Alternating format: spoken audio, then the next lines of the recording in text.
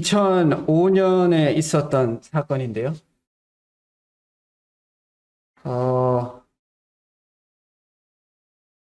한 부잣집에 외아들이 있었습니다. 주모 씨, 성은 주 씨죠.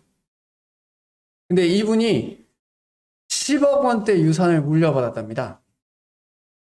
근데 뭔가 느낌이 오죠? 이 10억 원대 유산을 물려받은 분께서 그 10억 원을 가지고 참 열심히 사셨으면 참 좋았을 텐데 모두 향락으로 행진했습니다. 근데 부자로 살다가 그 돈을 다 잃어버리고 나면 가난하게 살기가 쉽지 않잖아요. 그래서 이분이 어떤 걸 선택했냐면 위조 지폐를 만들었습니다. 그 복사기로, 잉크젯 복합기로 그 지폐하고 수표를 10,000원권 1,200장, 100만원권 수표 50장 포함해서 모두 2억 원어치 위조 지폐를 만듭니다. 근데 우리가 생각했을 때 이 위조 지폐가 먹히겠나?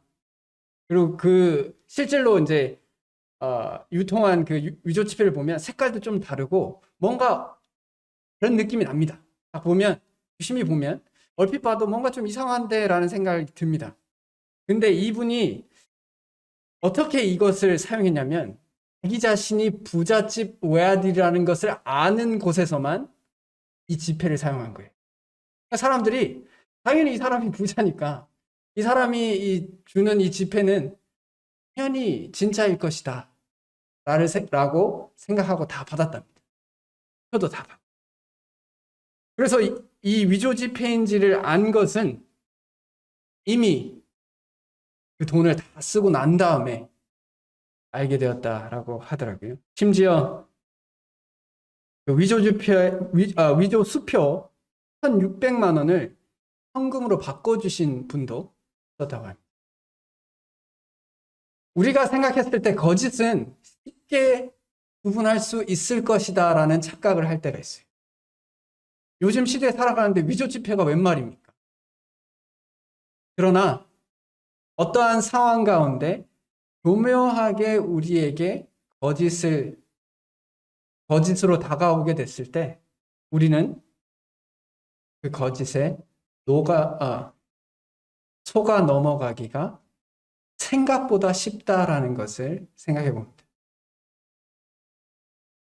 거짓은 우리에게 많은 것을 속이면서 우리가 생각하기에 옳지 못한 것을 하게 만들 때가 종종 있습니다.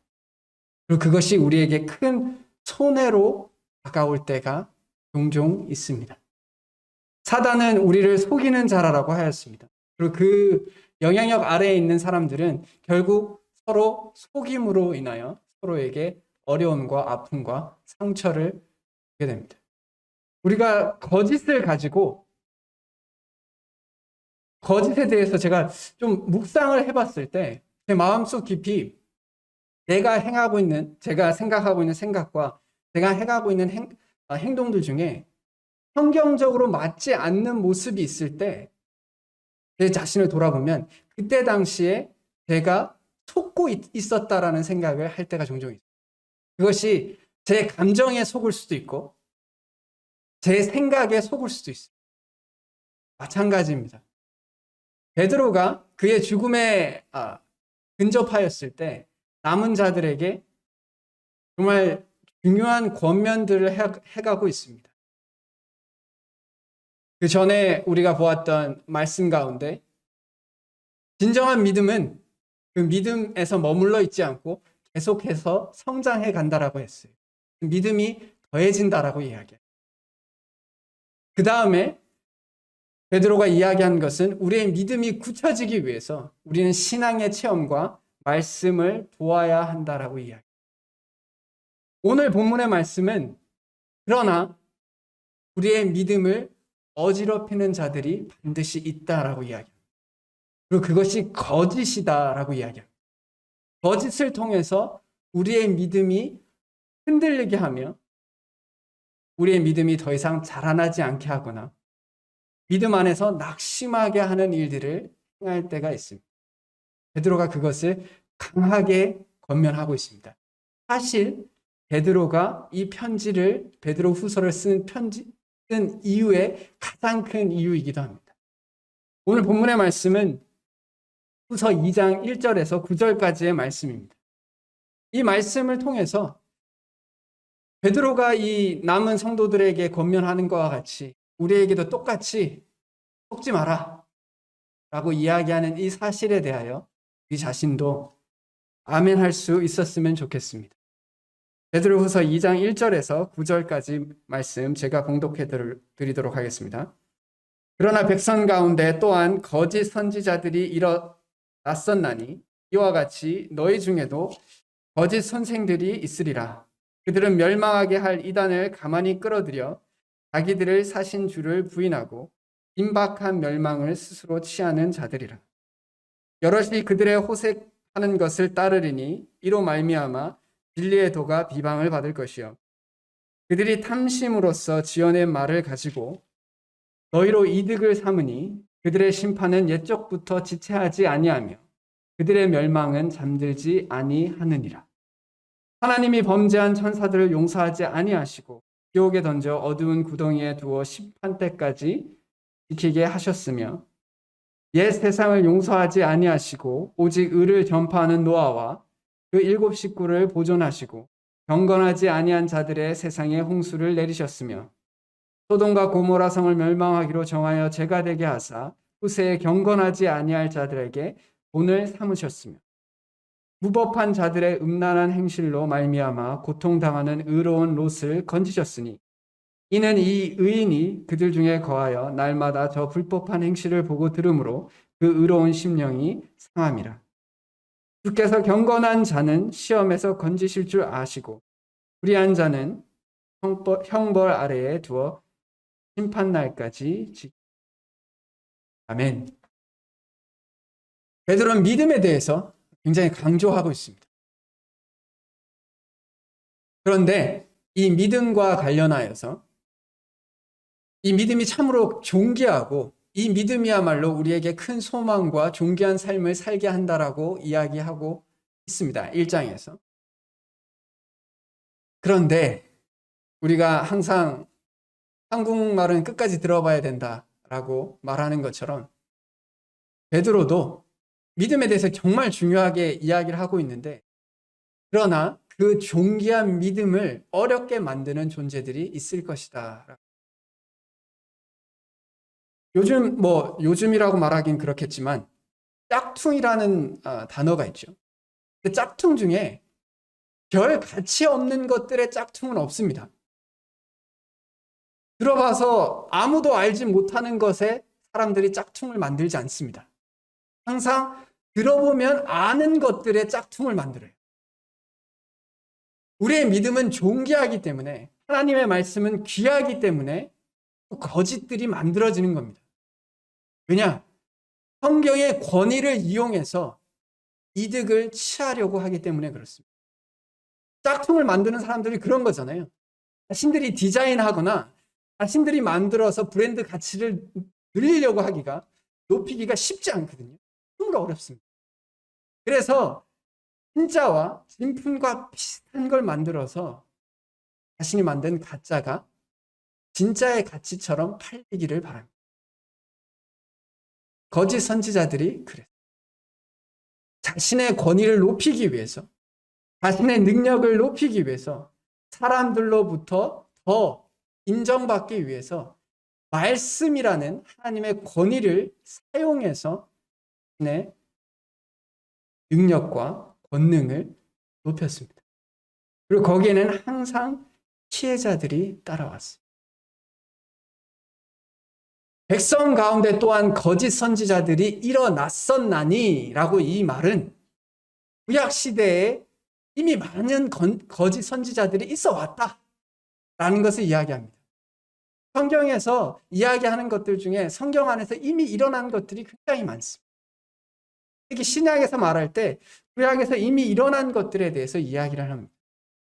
구약에서 거짓 선지자들의 모습들을 이야기하고 있는데요. 예레미야 14장 14절에 보면 거짓 선지자들에 대해서 이렇게 이야기합니다.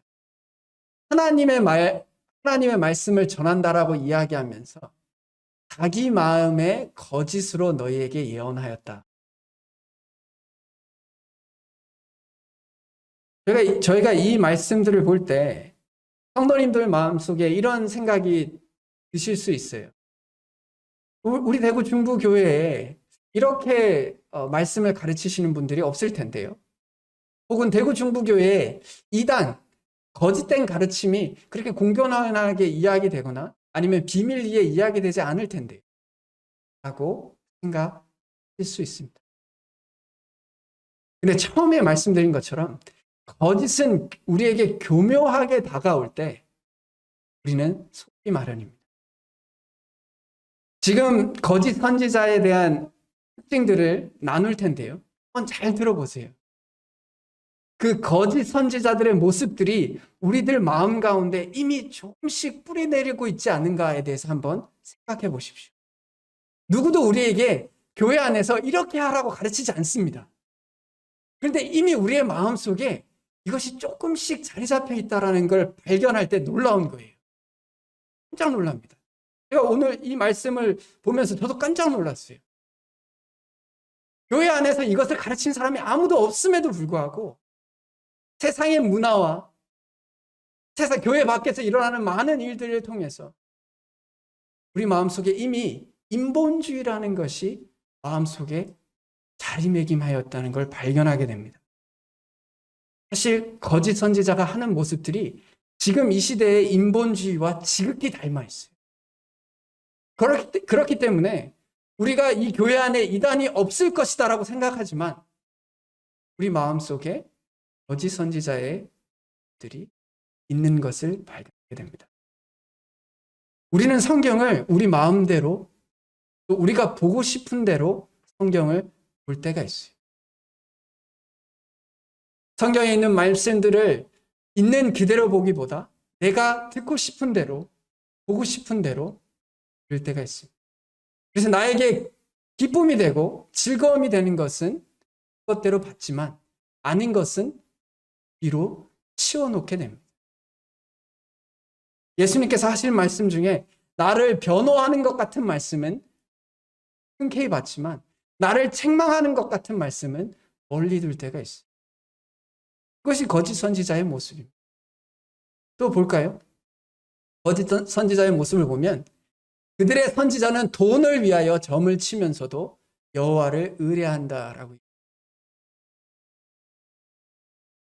상대적으로 우리에게 참 적은 우리에게 흔히 나타나는 모습은 아닐 수 있지만 우리가 하나님을 믿는 것으로 인해서 나에게 어떤 물질적인 복이 있기를 기대하는 마음들이 있습니다. 심지어 하나님을 통해서 내가 어떤 유익을 얻을 수 있을까에 대해서 고민할 때가 있습니다. 거짓 선지자의 모습이죠. 우리가 적극적으로 어떤 사역자가 되어서 말씀을 전하면서 이런 돈을 원해서 돈을 얻기 위해서 말씀을 전하지는 않을 수 있겠지만 우리 마음속에 하나님이 나에게 어떤 물질적인 유익을 가져다 주실 분, 그것을 기대하면서 그런 기대를 충족해 줄 때 우리가 하나님을 더 기뻐하는 모습들을 보게 됩니다. 우리 마음 가운데 그런 모습이 있는 것을 알아보게 됩니다. 또 괜찮다. 이게 제 개인적으로 우리에게 가장 와닿는 말이 아닐까라는 생각을 좀 해보게 되는데요. 거짓 선지자의 모습 중에 우리가 내 마음대로 살지만 나의 인생은 괜찮을 것이다 라고 생각하는 거죠. 이 거짓 선지자들도 그래요. 나를 멸시하는 자에게, 하나님을 멸시하는 자에게 너희가 평안하리라. 이렇게 살아도 너희들의 어려운 일 없을 거야. 지낼 거야. 여호와의 말씀이니라 하며 또 자기 마음이 완악한다로 행하는 모든 사람에게 이르기를 재앙이 너희에게 임하지 않을. 우리들 마음속에서도 사실 하나님 말씀을 청종하지 않고 순종하지 않는 삶을 살아도 마음의 위안을 얻기를 다른 사람들도 다 잘못하지만 그냥 살아가고 있지 않는가 라고 생각할 때가 있습니다. 이게 거짓 선지자의 마음이 이미 우리들 마음속에 들어와 있습니다. 하나님께서는 은혜와 사랑이 풍성한 분이시지만 우리가 잘못하였을 때 그것을 바로잡게 하는 방법 중에 우리를 치시는 것이 필요하다 생각하시면 치십니다. 이건 분명해요. 주님께서 다른 방식으로 우리를 마음을 돌리게 하시기 위해서 하신다면 은혜를 베푸실 거면 은혜를 베푸실 거예요. 아니면 부드러운 겉면이 필요하시면 부드러운 겉면을 하실 겁니다. 그러나 우리가 깔끔하게 혼나야 될 때라고 생각하시면 그것을 사용하실 때가 분명히 있습니다. 그것을 인지하고 살아야 한다고 생각합니다. 마음의 평안을 줄 것이다라고 말하는 말들만 우리가 들으려고 한다면 사실 거짓 선지자를 찾고 있는 것과 비슷합니다. 내 귀에 달콤한 말만 해주면 됐다. 사실 인간적으로 저도 그러면 얼마나 좋겠어요. 우리가 배우자들이 잔소리 안 하면 얼마나 좋겠어요. 뭘 하든지 하고 계십니다.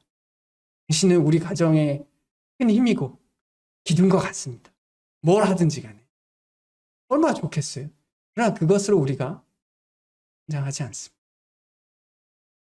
때때로 우리에게 힘을 주는 것도 필요하지만 우리가 틀렸다라고 사랑으로 말해줄 수 있는 하나님의 말씀이 반드시 필요합니다.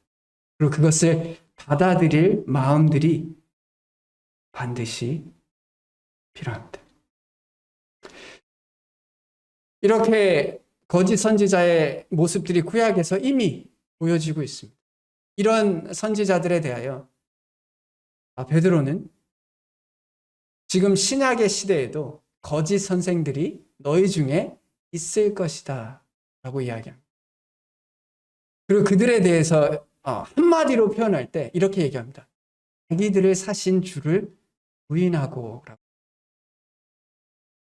결국 거짓 선지자 혹은 복음에 거스리는 자들의 모습은 예수 그리스도를 주라고 말하는 것을 거절하는 자. 이것을 우리의 삶에 돌이켜보면 여기서 사용하는 단어가 참 흥미로워요. 자기들을 사신 주를 부인했다라고 얘기하잖아요. 이것을 다른 말로 표현하면 거짓 선지자들의 마음은, 거짓 선생들의 마음은 이런 겁니다.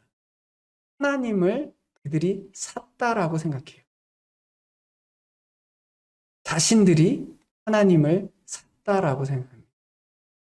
오히려 자신의 거짓된 믿음이나 거짓된 행위나 어떤 율법적인 방법으로 하나님을 내가 살 수 있다고 믿는 자들입니다. 하나님을 이용할 수 있다라고 믿는 사람들이에요. 우리가 이런 이야기를 할 때 우리 마음속에도 이것이 자유롭지 않습니다. 우리가 복음에 대해서 생각할 때 복음을 한적으로 잘못 생각하게 되면 이런 모습이 돼요. 이제 내가 원하는 삶을 사는 데 있어서 복음을 통해서 하나님의 징벌을 피했다. 내 마음대로 사는 데 있어서 심지어 하나님의 심판마저 이제 피했다. 이제 앞으로 계속해서 내 마음대로 할 수 있겠구나. 하나님을 산다라고 생각해. 하나님을 내 뜻대로 움직일 수 있다라고 생각합니다. 그냥 그렇게 하기에는 양심에 걸리기 때문에 어떨 때는 행위로 이야기하기도 하고 어떨 때는 봐라 복음의 성경 말씀에 믿는 자는 모든 죄에서 자유롭다고 했지 않느냐 라고 말씀을 빗대서 이야기하기도 합니다. 복음은 그것을 이야기하고 있지 않습니다. 복음은 우리가 하나님을 이용할 수 있는 자격을 주게 된 것이 아니라 오히려 하나님과 인간에게 있어서 가장 다른 관계를 성립하는 내용이 복음입니다. 우리가 하나님께로 그의 피조물에 합당한 위치로 돌아가는 것을 말합니다. 그래서 하나님의 소유인 것을 말해요. 복음은 우리를 하나님께서 사셨습니다.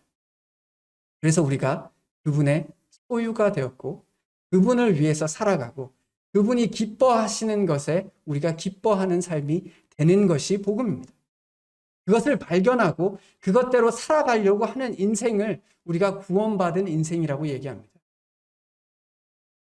그래서 구원은 하나님께로 돌아간 인생을 말합니다. 거짓 선지자는 그렇지 않아요. 거짓 선생은 그렇게 사는 것이 아니다라고 이야기합니다. 네가 살고 싶은 데는 여전히 살고 싶은 대로 살아도 돼. 그냥 하나님은 너를 위해서 존재하는 거야. 네가 세상의 여전히 중심이고 하나님은 너를 위해서 존재하는 거야. 라고 이야기하고 있습니다. 그래서 거짓 선생들의 모습을 보면 이렇게 이야기하죠. 다른 예수를 전하고 다른 영을 전하고 다른 복음을 전하는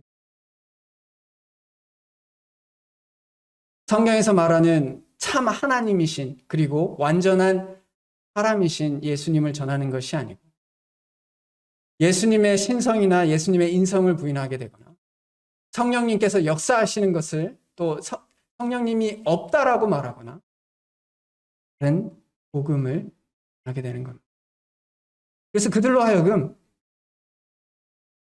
하나님께서 원하시는 삶이 아니라 각 인간들이 좋아할 만한 삶을 살아가도록 권면하고 있습니다. 지금 지구상에 존재하는 많은 이단의 교주들은 정말 하나같이 부자예요. 신기하지 않나요? 이 사실이 너무 흥미롭습니다. 지구상에 한국에만 있는 이제 이름 있는 이단들, 그들의 교주들은 다들 잘 삽니다. 흥미롭죠. 즉 자신들의 중심이 있고 여전히 자신들이 중심이고 하나님이 자신의 이익을 채워주는 존재로 사용하고 있습니다. 그들의 모습을 보면 호색하는 것을 따른다라고 이야기합니다. 실질로 이단의 교주들 그리고 기독교계의 무리를 일으키는 분들을 보면 대부분 성적인 문란과 밀접한 관련을 가지고 있습니다. 이게 참 흥미롭다라고 생각해요. 이게 너무 단순하거든요. 패턴이 크지가 않아요. 그 긴 인간의 역사 가운데 이 죄 가운데 빠졌을 때 특히 드러나는 건 성적인 문제입니다. 이 시대를 살아가는 우리도 마찬가지예요. 대부분의 죄와 연관이 있는 것은 성적인 문란이 같이 연관되어져 있습니다. 성적인 문란과 음란이 가득한 곳에는 다른 죄들은 말할 것도 없어요. 그것이 우리 가운데 있다는 것을 생각해 보아야 합니다. 또 탐심이죠. 그래서 결국 다른 사람들을 이득으로 삼습니다. 호색하는 것과 여기서 말하는 다른 이들을 이득으로 삼는다는 말은 결국 타인을 도구로 쓴다는 말이에요. 성적으로 문란한 것은 상대방을 내 소중한 성으로 존중해야 될 존재로 여기는 것이 아니라 내가 내 욕정을 마음껏 해소할 수 있는 도구로 바라본다라는 것을 말합니다. 우리가 말하는 포르노그래피가 사실 그거하고 밀접한 관련이 있어요. 포르노그래피에 담겨진 내용들이 대부분 그런 내용들입니다. 여성을 상품화하죠. 여성을 도구화합니다. 남성도 마찬가지. 그리고 사람과 사람 사이에 결국 이득으로 관계를 맺어가요. 내가 이 사람을 통해서 어떤 이득을 얻을 것인가? 저 사람을 통해서 무엇을 얻을 것인가에 대해서 생각하게 됩니다. 우리가 이런 이야기를 쭉 하고 나니 거짓 선지자의 이야기들이 그렇게 먼 이야기 같지는 않죠. 이미 우리들의 마음속에 여전히 유혹으로 남고 있는 부분이다라고 생각합니다. 그래서 거짓은 우리에게 이게 거짓이라고 가까이 다가오지 않아요. 그렇게 빤히 드러나면서 우리에게 다가오지 않습니다. 마치 진짜 사실인 것처럼 살짝 속여서 티가 나지 않도록 우리에게 다가옵니다. 예전에도 한번 말씀드렸지만 통일교가 가지고 있는 회사 중에 일화라는 회사가 있습니다. 거기서 나오는 음료수 중에 미에로 하이바도 있고 맥콜이라는 음료도 있습니다. 그래서 우리가 그 슈퍼에 갔을 때 그것을 바라보면 내가 저것들을 안 사면 이단과는 멀어진 삶을 사는 것 같지만 사실 우리가 삼성에 나오는 제품을 가지고 내 심심을 채우고 현대에서 나오는 제품을 가지고 내 자아를 높일 수 있다고 생각하면 사실 이단과 크게 다를 바가 없다고 생각합니다. 이단적인 사상과 크게 다를 바가 없다고 생각합니다. 우리가 그것을 입으로 말로 표현하고 그것을 믿고 있지는 않지만 실질적으로 이단들이 보여주는 경건하지 못한 삶의 모습들이 우리들 가운데도 있습니다. 우리가 이것을 경계해야 한다는 거예요. 눈에 드러나는 어떤 제품을 이단 회사의 제품을 안 사는 것이 우리가 경건한 삶을 사는 것이 아닙니다. 어떤 제품을 사용하든 우리가 그것으로 하나님의 자리를 대체할 수 있다라고 생각하면 그것은 이단적인 사고와 크게 될 바가 우리가 속지 않았으면 좋겠습니다. 우리가 어떤 것에 대해서 욕심을 가지는 것에 대해서 한번 깊게 묵상해 봤으면 좋겠어요. 내가 욕심내고 있는 이 사실이 정말 사실인가? 아니면 내가 속고 있는가? 내가 미워하고 있는 어떤 사람에 대해서 내가 미워하는 이유가 정말 사실인가? 아니면 거짓에 의해서 있는가? 내가 분노하고 있는 어떤 사실에 대해서 한번 묵상해 보십시오. 내가 왜 화내고 있는지. 정말 정당한 이유로 화내고 있는지. 마치 하나님께서 요나에게 네가 썩내는 것이 합당하냐? 요나는 합당하다라고 신이 만들어낸 거짓에 속았어요. 우리도 마찬가지입니다. 우리가 느끼는 희노애락에 대해서 거짓으로 그 희노애락에 빠질 때가 있어요. 진리를 쭉 그 안에 한번 비춰봤을 때 내가 화낼 이유가 없는데, 내가 이걸 욕망할 이유가 사실 별로 없는데, 이것을 미워해야 할 이유가 별로 없는데 라는 사실을 발견할 때가 있어요. 참 놀랍습니다. 제가 그것을 경험할 때가 있어요. 우리가 거짓에 속지 않았으면 좋겠어요. 거창한 거짓 선지자라고 해서 상한 것이 아닙니다. 이단이라고 해서 상한 것이 아닙니다. 우리 인생 가운데 눈에 띄는 그런 것이 아닐 수 있습니다. 하나님께서 그래서 우리에게 요구하시는 것은 경건한 인생. 정말 하나님을 믿고 의지하는 자, 거짓된 믿음이 아니라 참 믿음을 가진 자들은 경건한 인생을 살려고 하는 사람들입니다.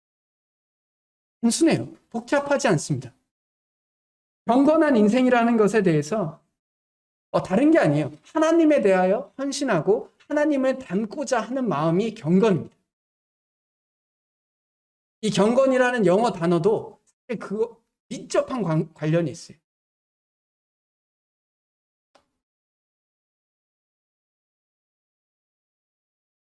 우리가 경건한 삶을 살아가고 하나님을 우리의 삶 가운데 주인으로 여기고 그분을 위해서 산다는 것이 그것이 믿음을 가진 자의 증거라고 생각합니다.